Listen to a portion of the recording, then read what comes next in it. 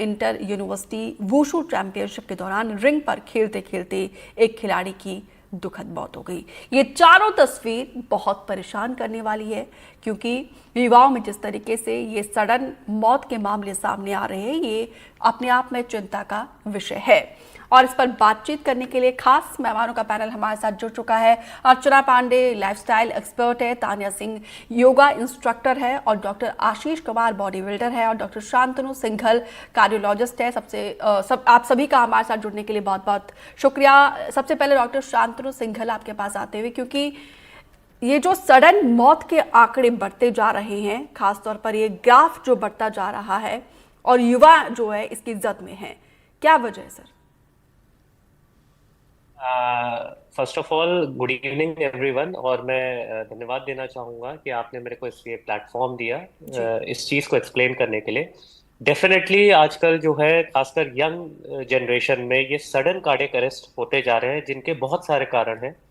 First of all myocardial infarction, heart attack है इसका कारण। दूसरा इसका कारण है हाइपरट्रॉफिक कार्डियोमायोपैथी, मतलब हार्ट की जो मांसपेशियां होती हैं वो इतनी ज्यादा स्वेल्ड अप हो जाती है, इतनी ज्यादा उनमें स्वेलिंग आ जाती है कि ऑक्सीजन और ब्लड के निकलने का रास्ता बंद हो जाता है, उससे सडनली आदमी की डेथ हो जाती है। तीसरा ऑप्शन हो सकता है कई बार वॉल्व के अत्यधिक सिकुड़ जाने की वजह से।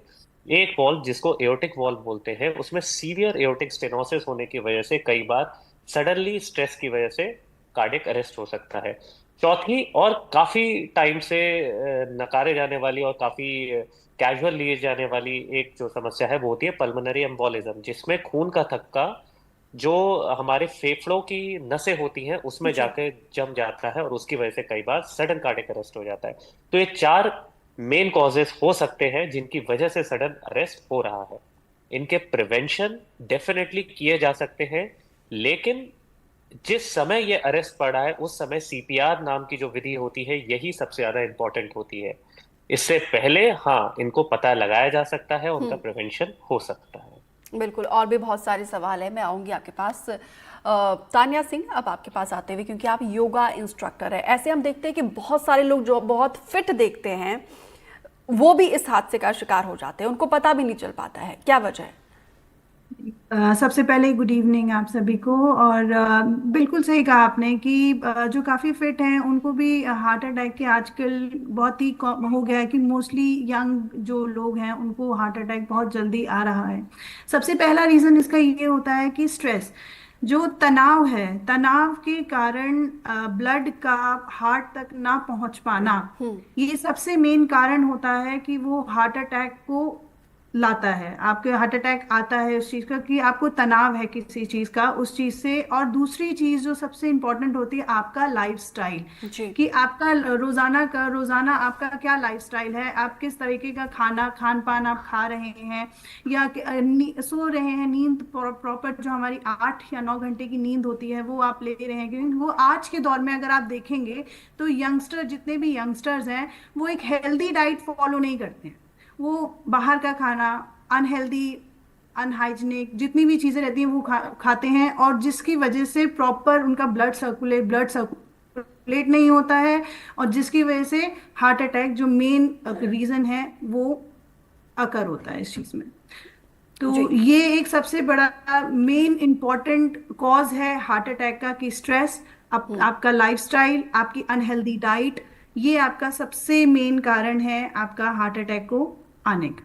ठीक है, डॉक्टर जिसकी आशीष वजह से कुमार जी, मैम मैं आऊँगी आपके पास। जिस तरीके से तान्या सिंह ने कहा कि एक स्ट्रेस बहुत बड़ा एक रीज़न है ये कार्डियक अरेस्ट का, हर कोई फिट दिखना चाहता है, और बहुत सारे लोग ऐसे देखते हैं हम लोग जो कि बॉडी बिल्डर के लिए, क्या वो स्ट्रेस इतना ज़्यादा हावी होता है कि वो सहन नहीं कर पाते हैं? नमस्कार जी। जी। आपका कहना ठीक है, मैडम का कहना भी ठीक है, और सर का भी है, क्योंकि आज के टाइम में हम सब के ऊपर बचपन से ही स्ट्रेस का एक बोझ पड़ जाता है। बचपन में माँ बाप की एक्सपेक्टेशंस है कि बच्चे अच्छा नंबर से पास हो, हमारा बच्चा अच्छा एथलीट बने, लेकिन हम लोगों बचपन से एक्सपेक्टेशन तो रहता है, लेकिन उसके हिसाब से हमारी फैसिलिटीज प्रॉपर नहीं कर पाते। आज के टाइम पे बच्चों का लाइफस्टाइल में जंक फूड, देर से सोना, जब देर से सोएंगे तो रिकवरी नहीं मिलेगी। उसके बाद जब ओवर स्ट्रेच वर्कआउट रहेगा या ओवर प्रेशर रहेगा कि हमें आगे बढ़ना है, तो ये सारी चीजें प्रेशराइज करती है, और ये प्रेशराइज माइंड के ऊपर आता है और माइंड से आपकी हार्ट के ऊपर आता है और पूरी बॉडी पे प्रेशर रहता है कि हमें कुछ करना है, और उसके कारण उनका बीपी हाई होता है, और उनकी मांसपेशियां कमजोर होने के कारण या इतना लोड नहीं लेने के कारण तो हार्ट की प्रॉब्लम आ सकती है। जैसे अभी दिखाया कि एक डांस करते करते बच्चा लेडी गिरी है, या वो एक्सरसाइज करते हो फाइट के बीच में हो गया, तो उस टाइम हमारा परफॉर्मेंस को बढ़ाने के लिए एक अलग सा प्रेशर रहता है। हम उसके लिए सिंथेटिक फूड लेते हैं, ठीक है ना, अपना एग्रेशन को बढ़ाते हैं और इतना प्रेशराइज लेते हैं कि हमें अपना नाम कमाना है, अपने आप को ऊपर लेके जाना है, तो वो सारा स्ट्रेस इतना हावी हो जाता है कि जिससे कि आम आदमी उस हिसाब से अपने आप को झेल नहीं पाता या कंडीशनिंग नहीं कर पाता, क्योंकि सबको जल्दी आगे बढ़ना है, क्योंकि ट्रेनिंग करना या एक्सरसाइज करना है, धीरे धीरे तो आप आगे बढ़ेंगे, जी। लेकिन सबको अभी जल्दी से जल्द रिजल्ट चाहिए, जिसके कारण ये प्रेशर रहता है। और इस प्रेशर के कारण लोग शॉर्ट टर्म भी यूज करते हैं, मिसगाइड तो भी डॉक्टर करते हैं आशीष, इस प्रेशर को फेसबुक कैसे हैंडल पे। किया जाए? Yes ma'am. इस प्रेशर को किस तरीके से हैंडल किया जाए, क्या टिप्स आप देना चाहेंगे? हाँ, इस स्ट्रेस को हैंडल करने के लिए तो सबसे पहले जो हमें स्कूल से करना चाहिए कि स्कूल में हमें पेरेंट्स को अवेयर करना चाहिए कि सुबह बच्चों को हेल्दी फूड दें, क्योंकि मैं खुद स्कूल में टीचर भी हूँ, तो मुझे एक्सपीरियंस मिलता है कि बच्चों के पेरेंट्स देर से उठते हैं, तो उनके जब हमने कई बार टिफिन चेक करते हैं तो उसमें मैगी, पास्ता, और हमें स्कूल की जो पीटीएम होती है उसके अंदर हमें दिखाना है, बताना है कि हमारे बच्चों को हेल्दी फूड क्या चाहिए, क्यों चाहिए, कितना चाहिए, ठीक है ना। कई बार हम कहते हैं कि प्रोटीन की डाइट बढ़ा दीजिए, लेकिन प्रोटीन की डाइट बच्चे की जरूरत ही नहीं है, क्योंकि उसकी एक्टिविटी इतनी नहीं है, ठीक है ना। तो इस तरह का हमें पेरेंट्स को भी हमें बताना चाहिए कि जिससे कि बच्चों को स्ट्रेस ना हो। और कोई भी एग्जाम पेरेंट्स कहे कि आपको सबसे आगे जाना है, आपको बेस्ट करना है, लेकिन बेस्ट करने के लिए हमें उस बच्चे की परिस्थिति को तो देखना है, उस बच्चे का मेंटल लेवल क्या है, उसका फिजिकल स्ट्रेंथ कितनी है, उसका जी। फिजिकल लोड लेने का स्ट्रेस कितना है, ये चीज हम नहीं देख पाते हैं, क्योंकि सारे बच्चे ना तो चैंपियन बन सकते, सारे बच्चे फर्स्ट नहीं आ सकते। बिल्कुल। तो हमारा जो भी स्कूल प्रोग्राम है या कॉलेज प्रोग्राम है वो इस ढंग से होना चाहिए जिसमें सब बच्चों को इन्वॉल्व किया जाए, लेकिन प्रेशर ना हो, क्योंकि ठीक है। एथलीट टॉपर बच्चे तो अपने निकलेंगे। अगर हम टॉपर बच्चे को लोअर बच्चे से कंपेयर करेंगे तो लोअर बच्चे पे ऑटोमेटिक स्ट्रेस आएगा ही आएगा। ठीक। तो इस तरह का चीजें हमारे जो एजुकेशन के अंदर थोड़ा बिल्कुल चेंज डॉक्टर होना आशीष, चाहिए। आपने बहुत इंपॉर्टेंट सुझाव दिए हैं। अर्चना पांडे जी, अब आपके पास आते हुए, क्योंकि अक्सर हम ये सुनते हैं कि कार्डियक अरेस्ट की वजह जो है एक गलत लाइफस्टाइल को कहा जाता है, स्ट्रेस की वजह भी जो है गलत लाइफस्टाइल है। ये पता है कि हमें अच्छा लाइफस्टाइल मेंटेन करना जरूरी है, लेकिन इसके बावजूद हम मेंटेन नहीं कर पाते हैं। Good evening ma'am, good evening everyone.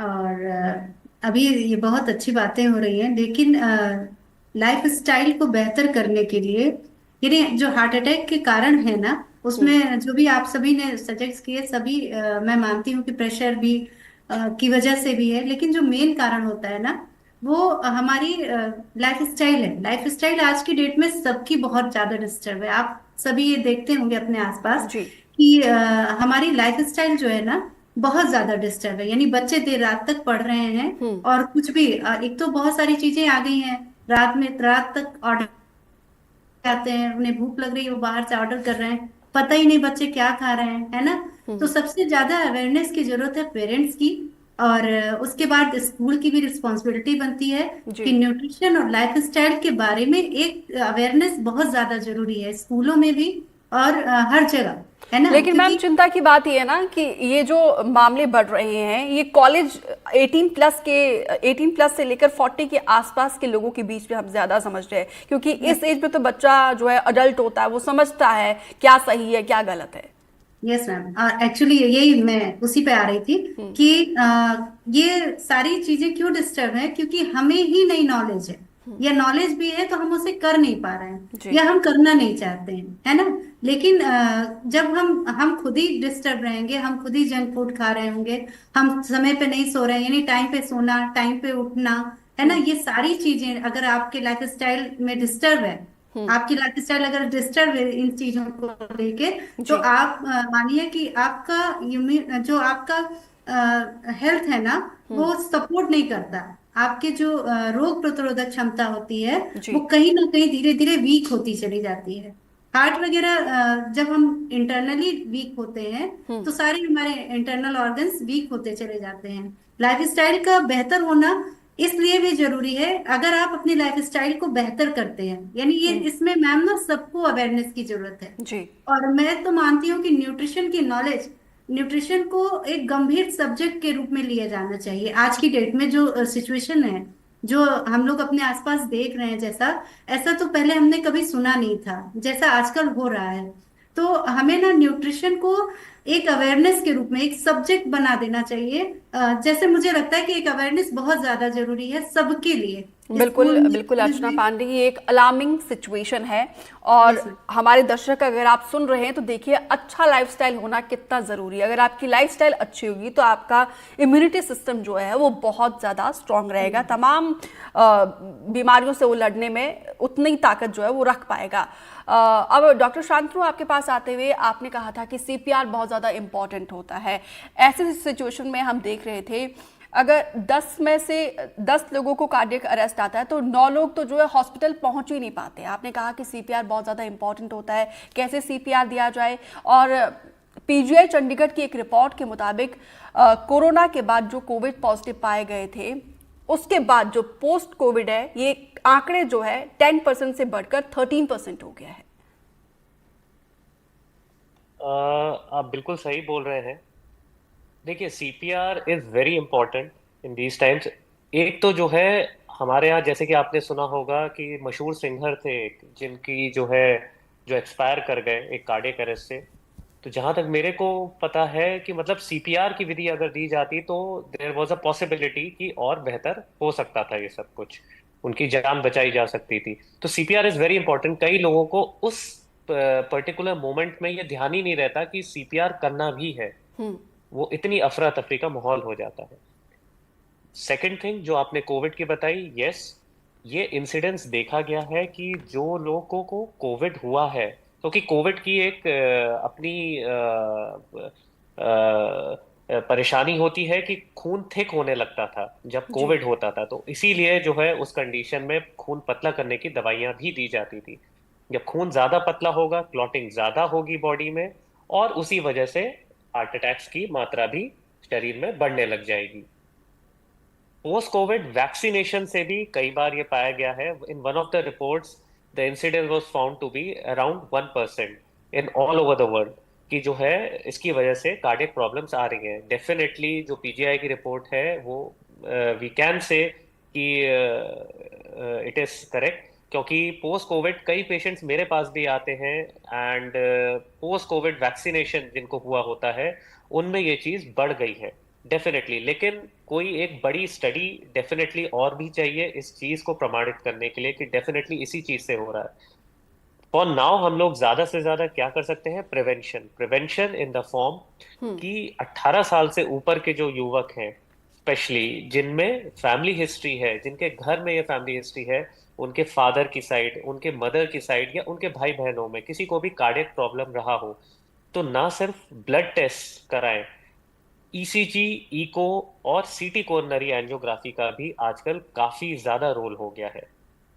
जो छोटे बच्चे हैं, जो 18 साल से छोटे बच्चे हैं, आजकल इनफैक्ट स्कूल्स में सीबीएसई की भी गाइडलाइंस आ गई हैं इनमें कि जी। एक रजिस्टर्ड मेडिकल प्रैक्टिशनर होना चाहिए जो पहले से पहले इन सब ग्रुप्स को आइडेंटिफाई करें, इन्हें पहचाने, और अगर उन्हें जरूरत लगती है तो स्पेशलिस्ट को रेफर करें ताकि पहले से पहले हम इन्हें पकड़ पाए।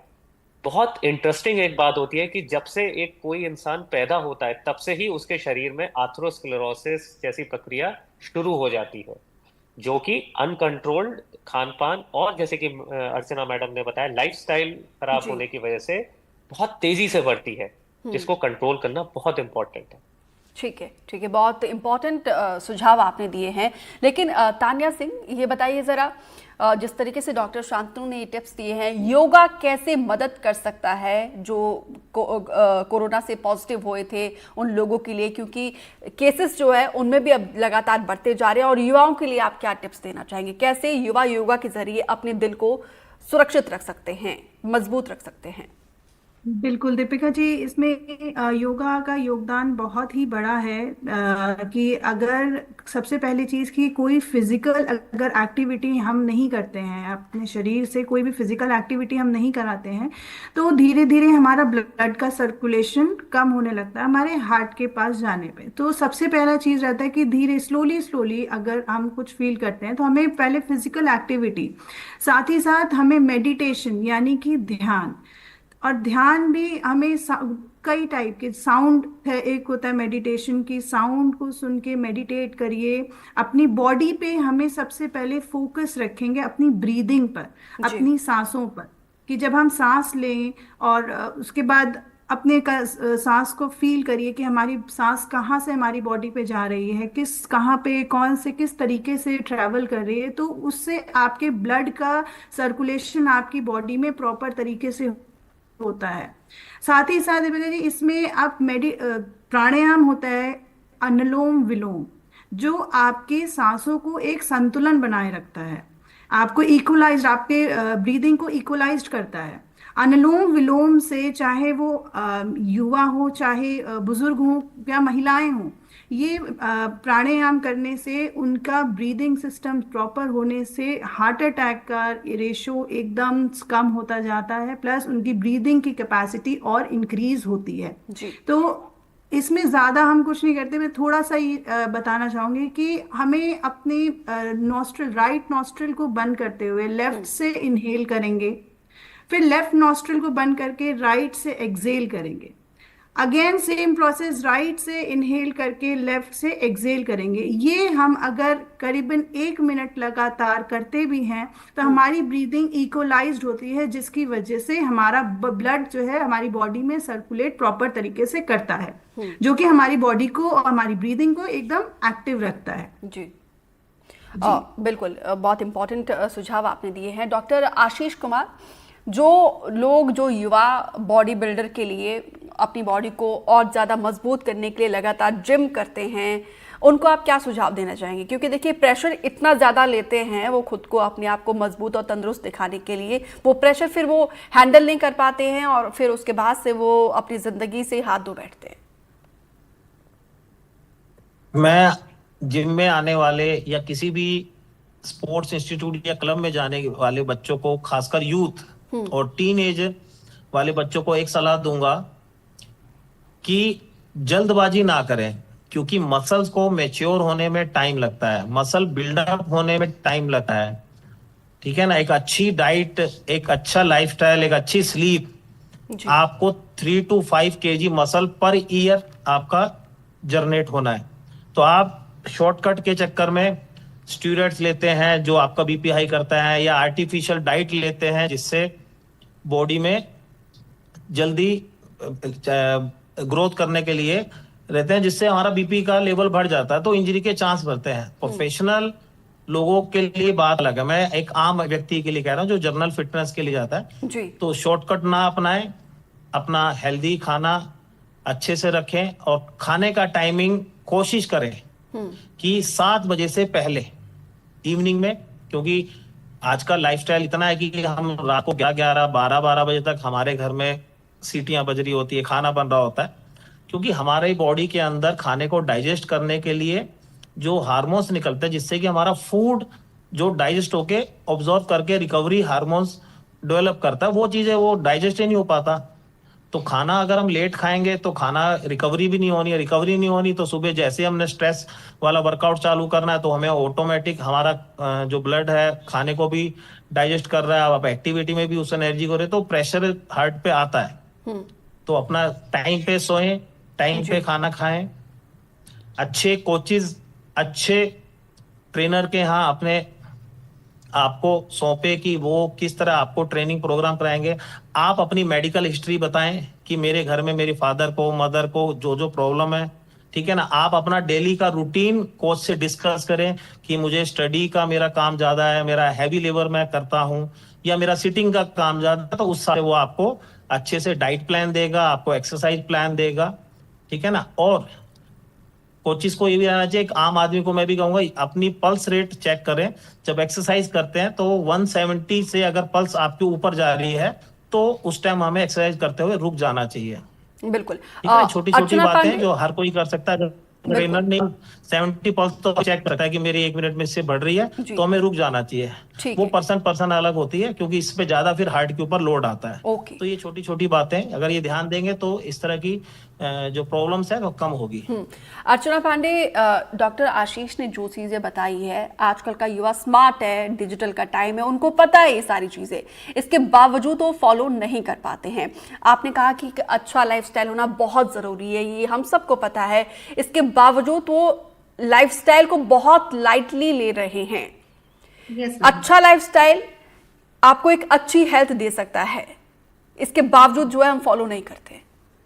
हाँ, क्योंकि अवेयरनेस की कमी है और कहीं ना कहीं हम ना कंफर्टेबल हो जाते हैं। जब तक हमें कोई बहुत बड़ा प्रॉब्लम नहीं हमें दिखाई देता तो हम कंफर्टेबल। मैम, अब तो अलार्मिंग सिचुएशन है ना, आए दिन ये खबरें सामने आती हैं, कोई जिम में एक्सरसाइज करते हुए, ये देखो ये युवती डांस करी, किसी भी एंगल से नहीं लग रही है कि ये अनफिट होगी, बीमार होगी। ऐसे ऐसे केसेस जब सामने आते हैं तो वाकई डराने वाली तस्वीर है। मैम एक्चुअली क्या होता है ना कि जो ऊपर से फिट दिख रहा है, अभी जैसे कि तान्या मैम ने बताया कि फिटनेस का होना ये नहीं साबित करता है कि आप इंटरनल भी फिट हो, है ना।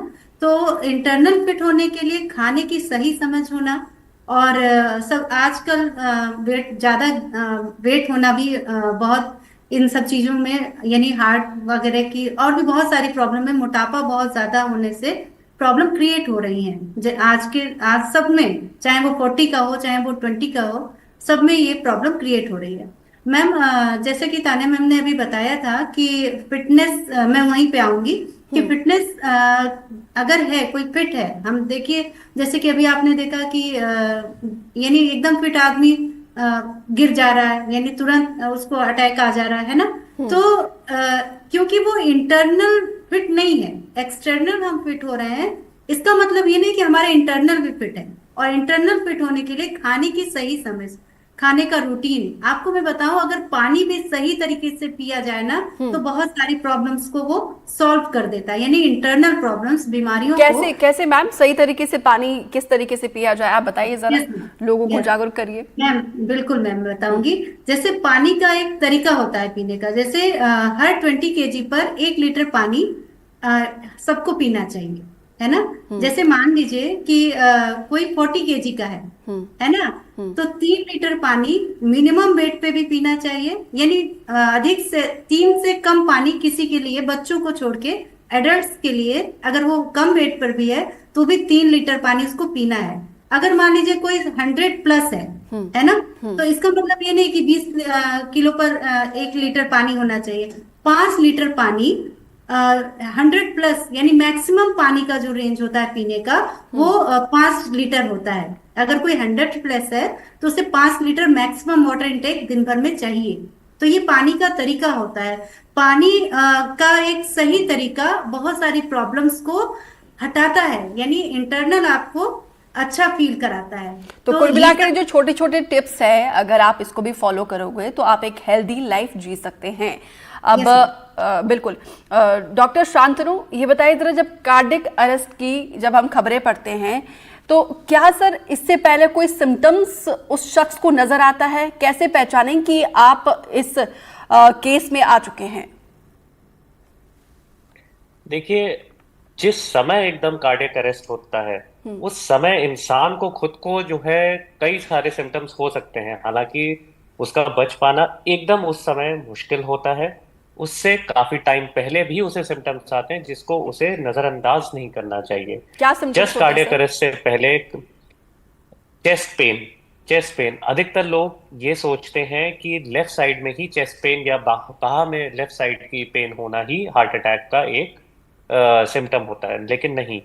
हमारे जबड़े से लेकर नीचे नाभि तक के बीच में, चाहे वो राइट साइड हो चाहे लेफ्ट साइड हो, कहीं भी पेन होता है या झंझनाहट होती है या भारीपन लगता है, जैसे किसी ने कोई बड़ा पत्थर हमारे सीने पर रख दिया हो, ऐसी सी फीलिंग आती है। ऐसा कुछ भी होता है, या फिर सांस लेने में प्रॉब्लम होना जो पहले नहीं होता था, जब सीढ़ियां चढ़ते हैं या कोई भारी काम करते हैं उस समय, या घबराहट होना, या सिर्फ पसीना आना, स्वेटिंग होना, ये सारी चीजें, इसके अलावा भी अनेक सिम्टम्स होते हैं, लेकिन ये मेन सिम्टम्स होते हैं जो एक आदमी को नजरअंदाज नहीं करने चाहिए, फौरन जाकर जो है एक स्पेशलिस्ट से मिलना चाहिए, बिल्कुल।